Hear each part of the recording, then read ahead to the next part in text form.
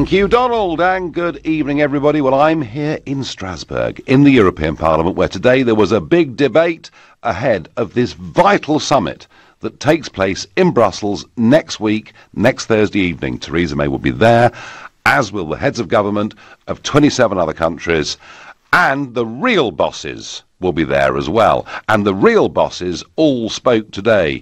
Juncker, Barnier, they were all up there. None of them, of course, elected, but what's that got to do with it? And there I was this morning. I found myself sitting just 4 feet away from EU Commission President Jean-Claude Juncker, who, by the way, when I came in this morning, gave me a big handshake and a big smile. I said, "How are you getting on, Jean-Claude?" He said, "Despite you, I think okay." But here's what he had to say this morning in the chamber in Strasbourg.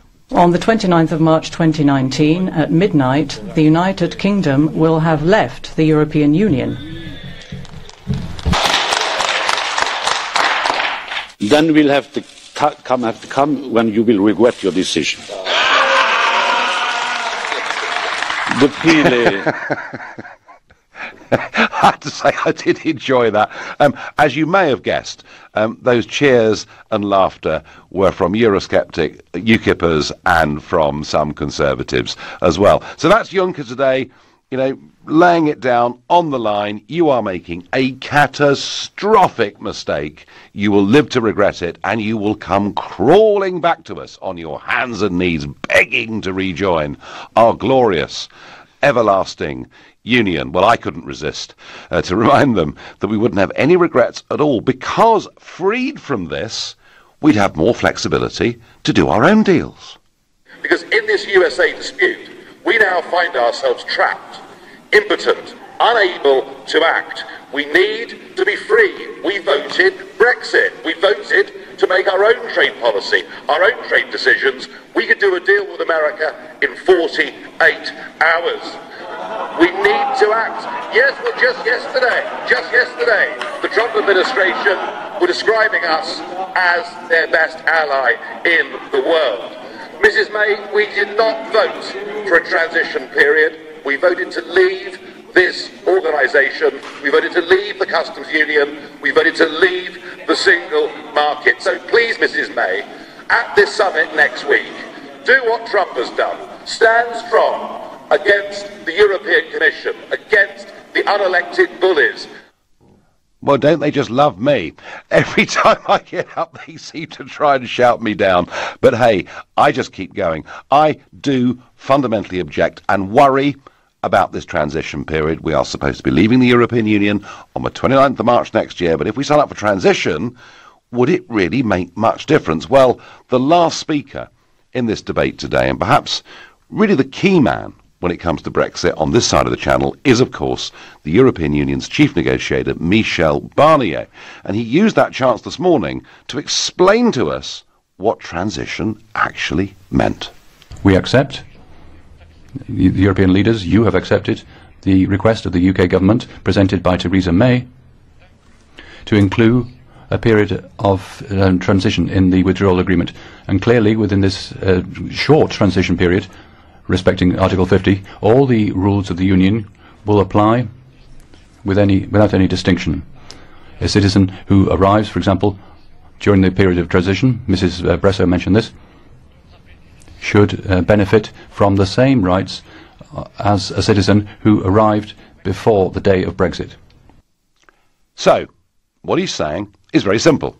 Mrs. May, you're coming to meet all of us in Brussels next Thursday evening for a chat followed by dinner, and what we are expecting you to do during this transition period is to be signed up to all the existing rules of the European Union, all the new rules it makes during that period, though you won't be in the room and can't have a say and can't have a vote, and you'll go on paying to be part of it, and, just to put the icing on the cake, open door immigration will continue, with EU citizens free to come to Britain with all of their rights, even though we will apparently have left the European Union. That is what our Prime Minister is expected to agree to next week. And I want to know how you feel about that. If you think, like me, this is absolutely typical of these bully boys. Call me on 0345 6060 973, or maybe you think they're entirely justified and we have no choice but to meet all of their demands, in which case text to 84850, and maybe, just maybe, you have some suggestions for what Mrs May should say in return to them next Thursday when she's there in that building having dinner with them in Brussels, in which case tweet using the hashtag Farage and LBC at LBC. Watch me on Facebook. I'm live from Strasbourg, inside the belly of the beast. It seems to me, of course the referendum, of course the Brexit vote was about independence. It was about breaking free of these institutions. It was about making our own laws. But one of the absolutely crucial reasons people voted Brexit, and the turnout was as high as it was, is people wanted to take back control of our borders. They'd had enough of open-door immigration. And interestingly, of many that voted Remain, many of them were very concerned about open-door immigration, but their economic fears outweighed that and they voted to stay. I just don't see how Mrs May can sign up to this next week, unless, of course, we think that the immigration debate has now disappeared and suddenly no one cares. Well, let's find out what you think. Let's go to Stoke-on-Trent. Let's talk to Sam, a first-time caller to this show. Good evening, Sam. Good evening, Nigel. So, I mean, what do you make of Barnier, Juncker? Are they being reasonable, or is my view they're being wholly unreasonable the right one? I think it's highly illuminating. These unelected bureaucrats are not beholden to anyone. They're not accountable to anyone, so they want to punish us. They're not like the people, like the politicians who represent the member states who've got to answer to people. They'll still get the 16% of fat pensions. Juncker can get wrecked after dinner time. They just don't care. And I think May needs to grow a backbone and say, hang on, we are your second biggest payer, and Italy's 130% debt to GDP ratio. The ECB's been printing money like monopoly money. May needs to grow a spine, and if she signs up to that and accepts new rules, it's insane. It's like I'm going home, but no, I'm going to walk deeper into the quicksand. And if they think they can pull this off, I mean, I'm just hoping you're going to get back in, Nigel, because I think it's just betraying us, to be honest. Well, Sam, whatever I do in politics, I'm not going to be Prime Minister, and I'm not going to be there next Thursday. So, the onus is very much on her. And she, of course, Sam, has huge pressure on her. She's worried about parliamentary numbers. She's being, lobbied like crazy by the big investment banks, by the big multinationals, who are saying, we must have more time. We must have more time. And in a sense, okay, if we absolutely did need more time, I might understand the argument. But what basically Juncker and Barnier are saying is you will have everything you've got now without any say at all. And Sam, the problem is, I'm not going to feel on the 30th of March next year like we've left the European Union. No, if she accepts that, she soars down the river, especially the new rules. It's absurd on its face. So business is saying we need to get ready. So how do you get ready? By taking on more new rules. How would you get ready? By going, like I say, walking farther into the quicksand. And I don't buy all this. It's always the same. The big corporates, the crony capitalist masters, a decent business can adapt, can thrive in any environment. We've had plenty of time. I've heard you on LBC before say, 2016 we voted to leave. Do you know what this is? I think, Nigel, this is the death of Brexit by 1,000 cuts. And I think I've heard people say on the show as well about civil disobedience. And I tell you, on Stoke-on-Trent, we've got a Conservative MP without that much want to get out of the EU. Do you know how long it's been since? I don't think Stoke's ever had a Conservative MP, to be honest. Not for a long time, certainly. Not for 100 years, I'm sure. Yeah, so that's how committed we are. I mean, people around here vehemently hate the Conservatives. Just, the old saying, put a rosette on a donkey, a Labour rosette on a donkey, and I'll get voted. So Sam, do you think, well, not now, because we want if people feel betrayed, do you think there could be a real backlash in this country? Mate, I'm telling you, I'll be involved in it, and I'm not stupid, because I know what they'll do, and I think that But it's all right for people like Soros. He's a Nazi collaborator, mate. 60 Minutes in America got an interview with him. He went round with a protector and rounded up his fellow Jews and took all the possessions and said he's not bothered about it. Well, he was a minor. Sam, I'm not a Soros fan, but he was a minor at the time, and you could say that his adopted father was involved in that. And Soros may have seen all of that, but hey, he is part. That aside, he is part of, as I see it, the big global elite trying to overthrow and overturn Brexit. And Sam, you're angry about it. All I would say to you is that if you are at some point moved to direct action, please, Sam, promise me it'll be peaceful. Yeah, of course it will be, mate. Yeah, because at the end of the day, I just think people need to wake up and realise what's at stake. And I mean, make it Britain greater again, because we're being lied to. We're being lied to, and we're being stalled. I don't trust May as far as I can throw it. That was the worst election campaign I've ever seen, and she picked that time to suddenly threaten to scare old people about the retirement. I find that very suspect. Well, that's politics. That's politics. But either way, Sam, she misjudged it horrendously. Apparently egged on by David Davis. Sam, I thank you. Well, Sam, there, reflecting a view that I sense is being held by a growing number of people. Their frustration, their impatience with Brexit is beginning to turn to anger. Now look, I'm all for passion, I'm all for belief, but I've never ever been for, breaking the law or violent disorder. And I would hate to see us fall into that category, those of us that have fought and worked for Brexit. Simon disagrees on Facebook. He says, we help write the rules. They are not trying to bully us. They are just telling us we need to follow the rules that we helped to write. Simon, I don't think whatever you see in the European treaties or the wording of Article 50 explains the behaviour of Juncker or Barnier or Martin Selmayr, the new big civil servant in charge of the European Commission.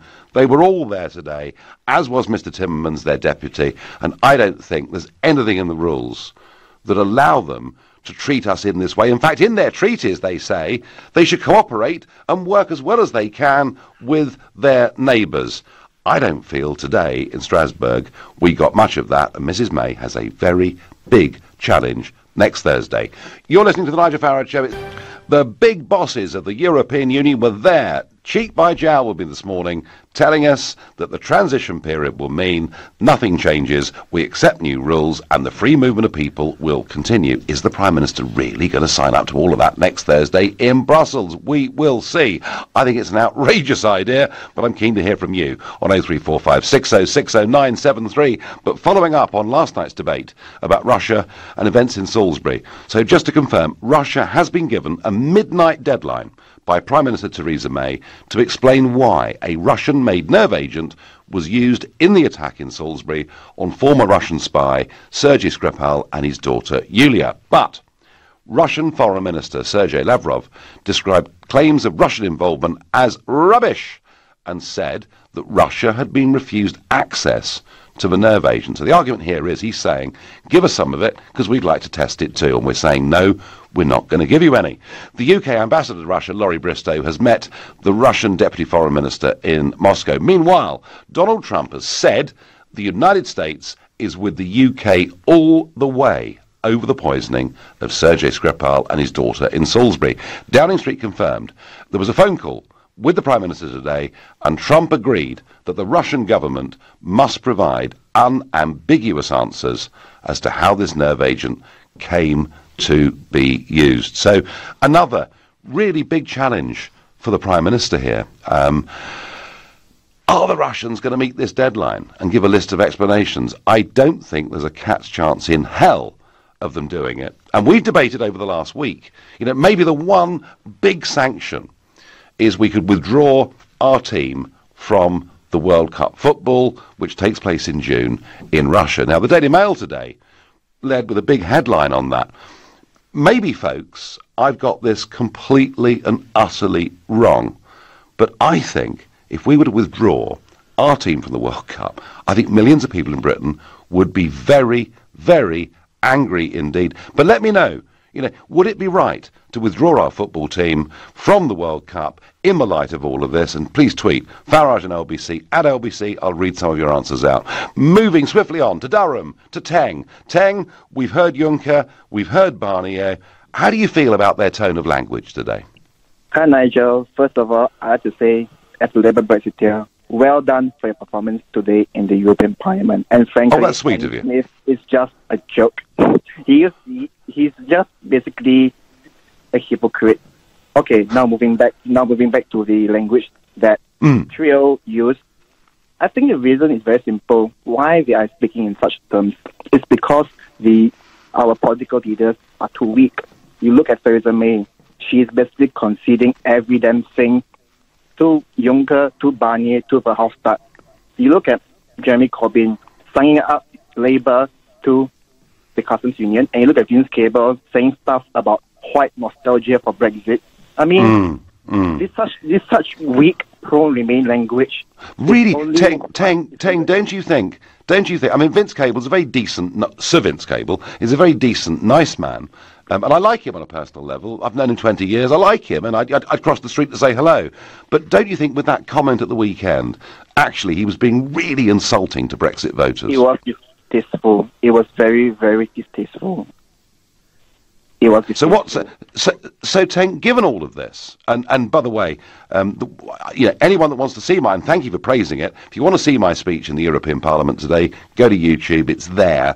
And I did say to both Juncker and Barnier and Selmayr, the big civil servant, I did say the problem with the European Commission is that it is power without accountability. But Teng, Nigel, it is. Well, that's absolutely how I feel, because we can't vote for these people, we can't remove them. But Teng, I mean, Mrs May, and I'm trying to be fair here to her, she's got problems with parliamentary numbers. She's got divisions. I mean, 15 of her own cabinet were Remainers, and frankly, Teng, I think they still are really Remainers. What does she do in the face of this? What do you as a Labour Brexiteer, what do you want to see her do next Thursday? Well, I want Theresa May to start playing hardball. She has to play hardball. If not, these unelected bureaucrats, Mr. Juncker, Barnier, Verhofstadt, they are just only going to continue taking advantage of Britain. And yes, they're only and I tell you, that deal. No, Teng, I think a lot of people would agree with that. And I tell you what, they, by the way, are not speaking from a position of strength. They are petrified of the Italian election results. And Barnier was saying today, we have to do this because we must preserve our union and preserve our single market. And I tell you what, Teng, when people start using words like preserve, they're doing it because they fear it may just disappear. Teng, I thank you very much indeed for your call. Simon says on Facebook, Colleen says on Facebook, we will leave on the 29th of March. What worries me is after that, what sort of deal May will make and how long a transition period will last.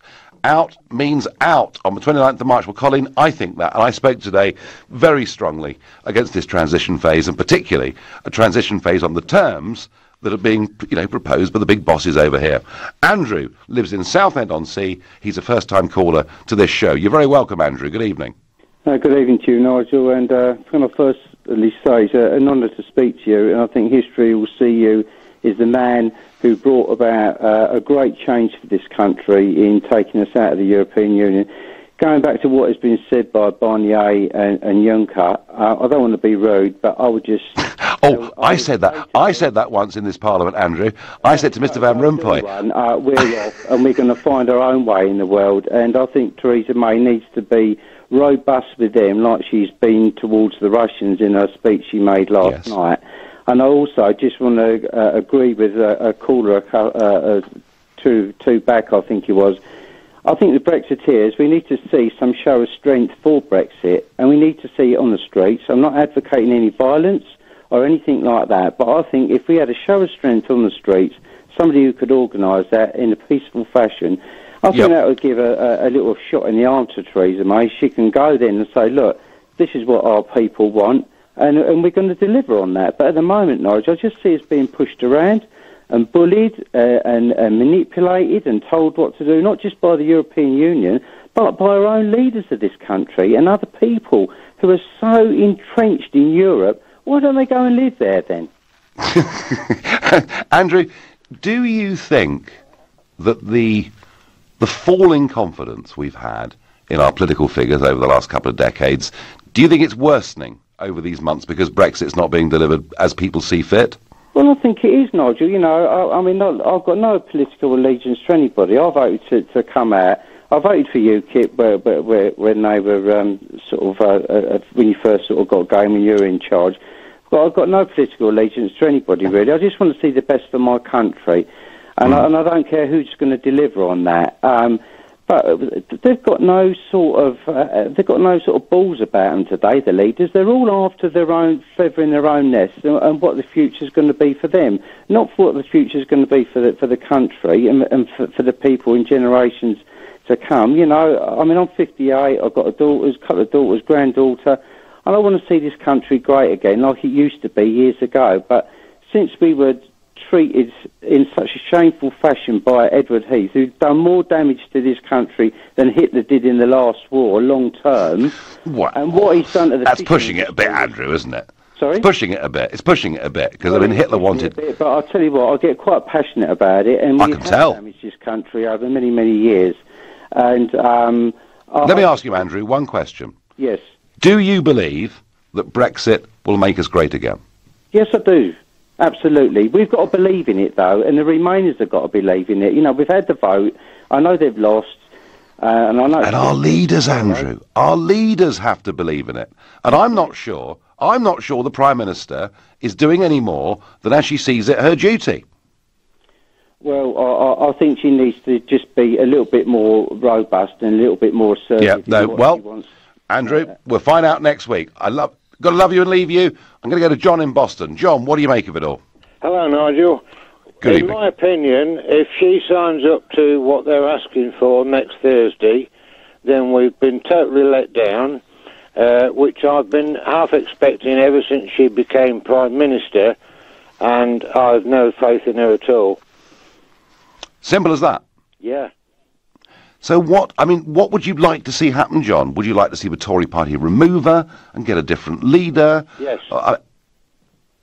Yeah? Yeah, absolutely. Yeah. What, somebody that actually believes in Brexit? Jacob Rees-Mogg.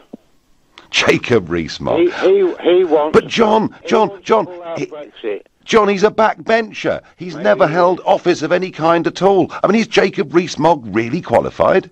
I believe so, yes. All right, well, I can't argue with that. You believe in it. John, thank you. And John thinks Theresa the appeaser is not up to it. She's got to go. Well, you know what? She surprised me yesterday. She struck quite a strong tone in Parliament yesterday. You never know. That could have been simply practice for the big one in Brussels next Thursday. I'd like to think that. I'm not sure I believe in it. You're listening to the Nigel Farage Show.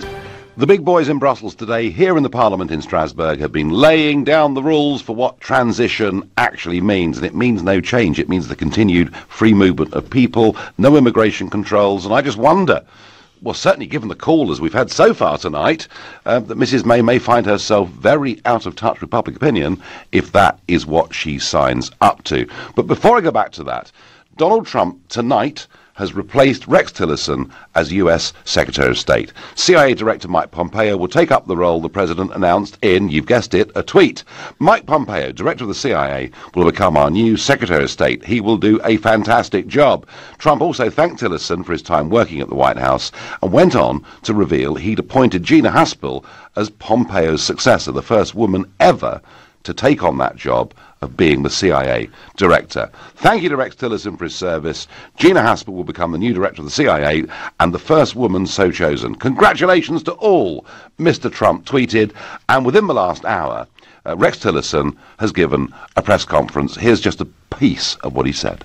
On behalf of the American people, with allies and with partners, I close by thanking all for the privilege of serving beside you for the last 14 months. Importantly, to the 300+ million Americans, thank you for your devotion to a free and open society, to acts of kindness towards one another, to honesty and the quiet hard work that you do every day to support this government with your tax dollars. All of us, we know, want to leave this place as a better place for the next generation. I'll now return to private life as a private citizen, as a proud American, proud of the opportunity I've had to serve my country. God bless all of you. God bless the American people. God bless America. Quite a bit of emotion there, I thought, in Rex Tillerson's voice. A man that I've met, a man that I like, a man I thought that brought great dignity and decency to that job. A very successful businessman, chief executive of Exxon. He didn't need to do any of this. And I'm, in a way, a little bit sad to see him go. I think I think he's a class act, and don't expect to see some huge expose next week in the New York Times how I fell out with the president, because you won't. I've met and liked Mike Pompeo too, but I just think, he was actually a very good steadying influence, I think, on that team. Why did he fall out? What was it all over? Well, I'm told on the inside that it is to do with North Korea, that Trump took a very, very bullish approach to North Korea with fire and fury. Tillerson didn't believe that was the right way to go, and hey, here it is. And at the end of the day, Trump may well soon have a meeting with Kim Jong-un. So a difference of styles, but more change at the White House, and I've no doubt more to come. Now, Anton, very thoughtfully, says to me on Facebook, we don't want to be a member of your team anymore. He's quoting the British government position. But we want to keep using your facilities and take part in decision-making. Is that not asking a little too much? Stay in or get out. Anton, I can't really disagree with that. And the one thing that was being said in the chamber this morning again and again and again is that the UK position is somewhat unclear. And it is a bit unclear, isn't it, when, the Lancaster House speech says, we're getting out, we're leaving, Farage was right all along, and then she goes to Florence and says, we love the European, it's fantastic, this union. We want to be signed up to all your agencies and your arrest warrants and everything, whilst not being a member. And I think Anton is right. The one thing I really did agree today, they want a bit more clarity from the British government. Actually, I think they deserve that. That said, I do not support really at all the proposal that's being put by Juncker and Barnier. They're scared men, and they're scared because that Italian result is an absolute earthquake, which makes it even better that we go to a first-time caller in Milan. And it's Daniel. Good evening. Hello, good evening, Nigel. How are you doing, mate? I'm doing well. So Milan voted for the Lega, for the very Eurosceptic Lega, in huge numbers. Well, yes. Let me say first that I'm not Italian. I just live here and work in Switzerland. Yeah, they voted for La Lega, but I don't think the Eurosceptic movement is that high in Italy either.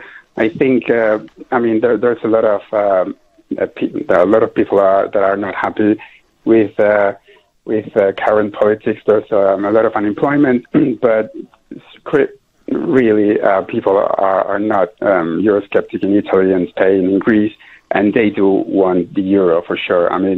This guy, Matteo Salvini, only said that one day after the elections, which is a clear indication that he didn't want to say it during the election campaign, because that wouldn't have given him much support, in my opinion. Yeah, but I met Salvini this morning, actually. I spoke to Salvini today, and I congratulated him on, the five-star movement getting 32.5% of the vote was stunning, but Salvini took the League from quite a low number to sort of 18% of the national vote.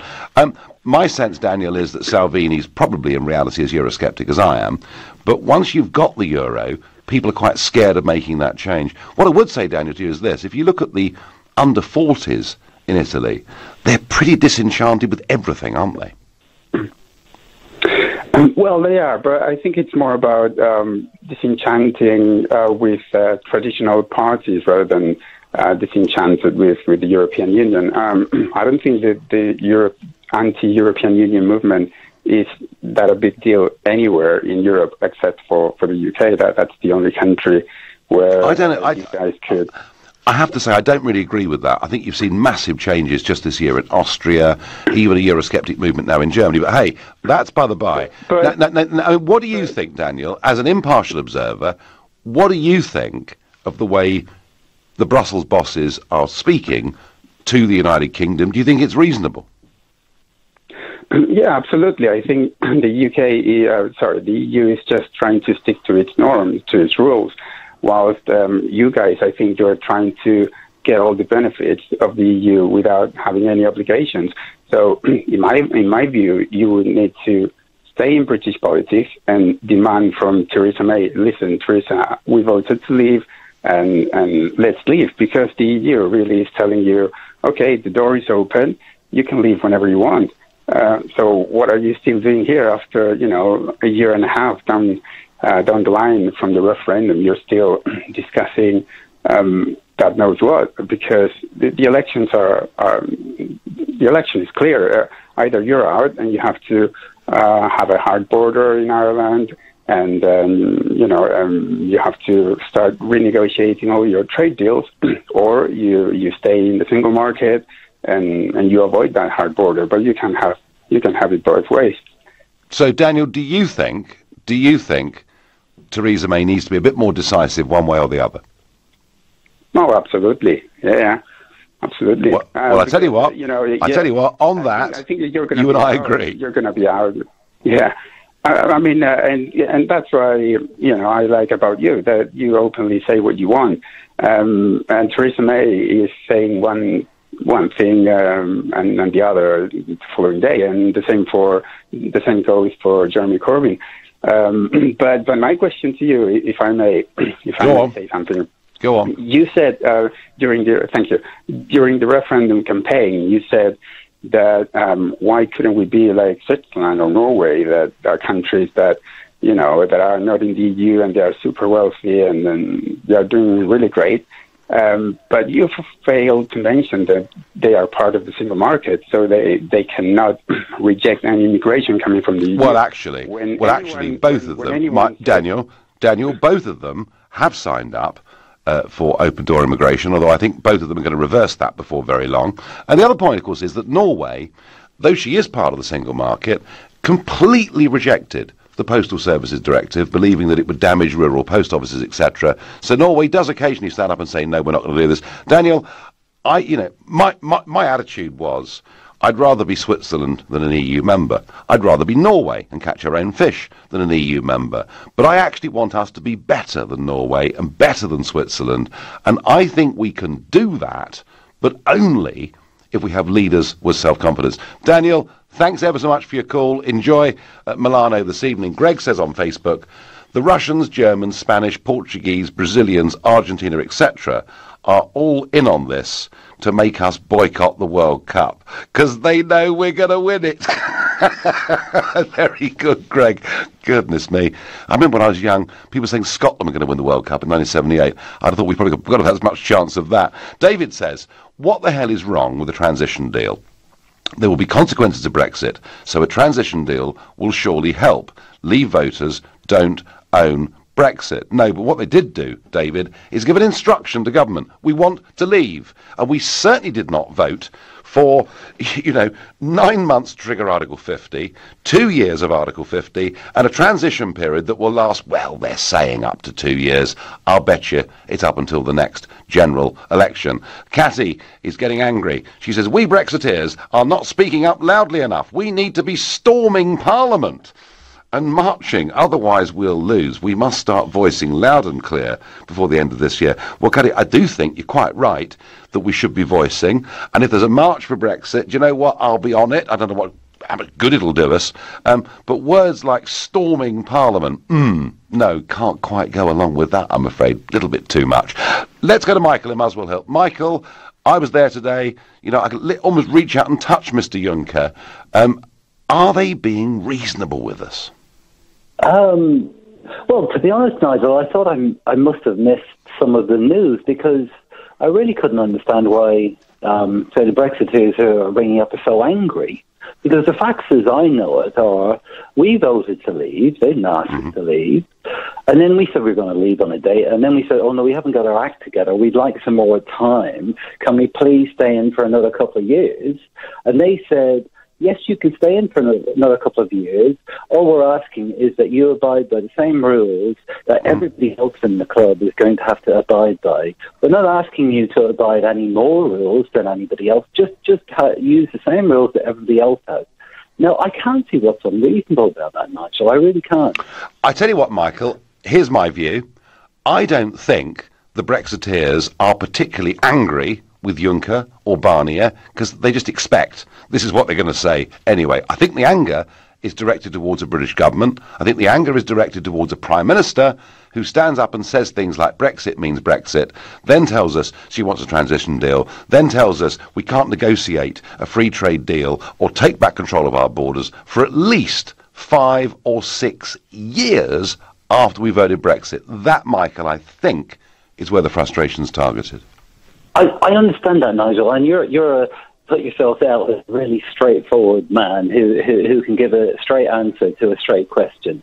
I'd like to ask you a straight question. Go on. Do you genuinely think that Barnier, by saying to the British, you need to abide by the same rules that everybody else is abiding by as long as you're in the club, do you genuinely believe that statement makes him unfair?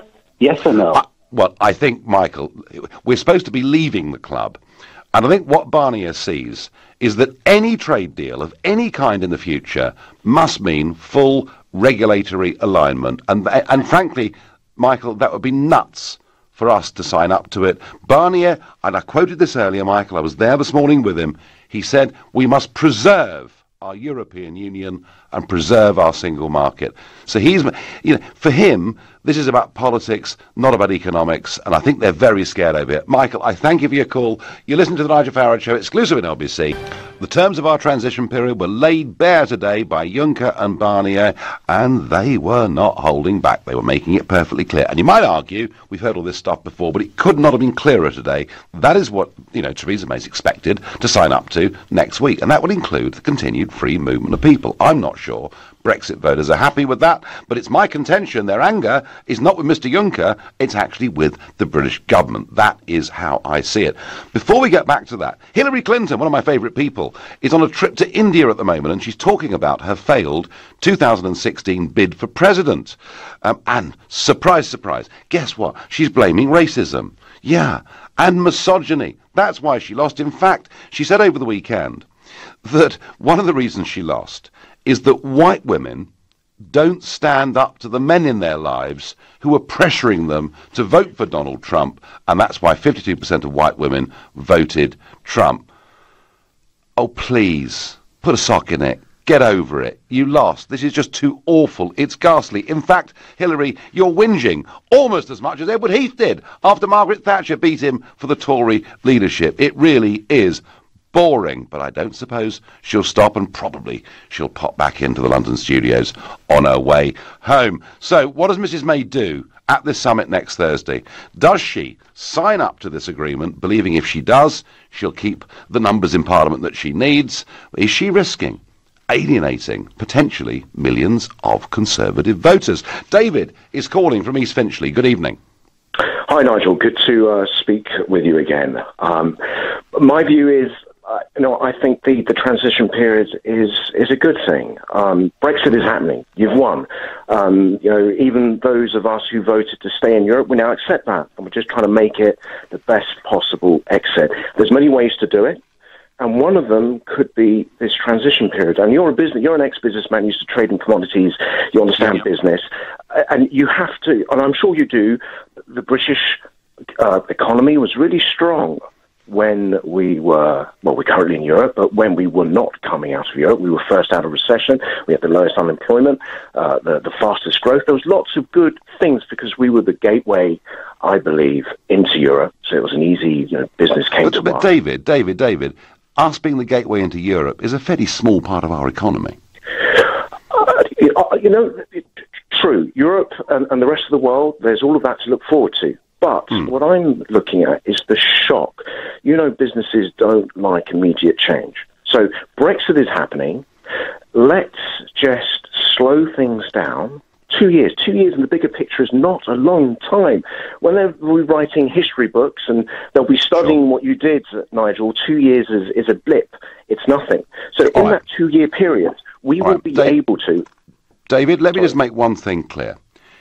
If we leave the Treaty of Rome at midnight on the 29th of March next year, that will be a major historic change. And you're absolutely right about that. And that does in terms of change, it does dwarf any concerns I've got. But my problem, David, is, and I haven't even mentioned this yet, but, you know, Barnier today was talking about fishing. We have to continue to have reciprocal fishing rights. The problem, David, is that we may well finish up getting Brexit in name only and not being able to take advantage of the things that Brexit offers us.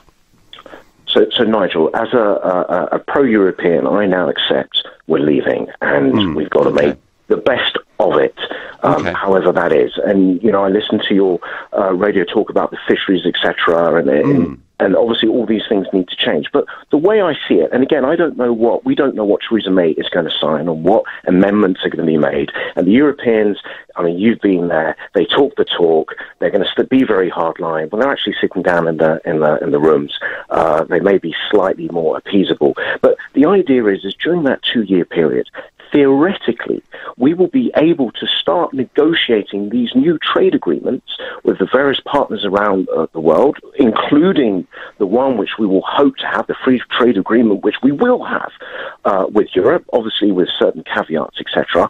And these will come in to play after the transition period is ended. And I would assume, you must admit, you cannot just write a new free trade agreement in one day. It just doesn't happen. These things take years. It takes months. It takes months. You know, the Australians, from start to finish, with the Americans, from sitting down, beginning the negotiation, did it in, I think, 9-10 months. So these things can't be done quickly. But, David, what I never bought was the David Cameron. It would take 10 years or 20 years or goodness knows what he was saying. David, let me just finish by asking you one thing.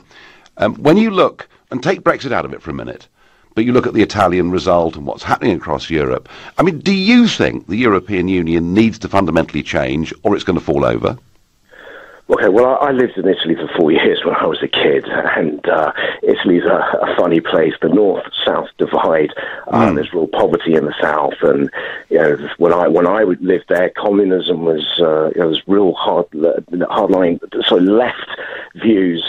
So Italy's actually taken the brunt, should we say, of the North African migration, which has hit their shores, and really they do not have the resources to deal with it. And of course, they've got this massive.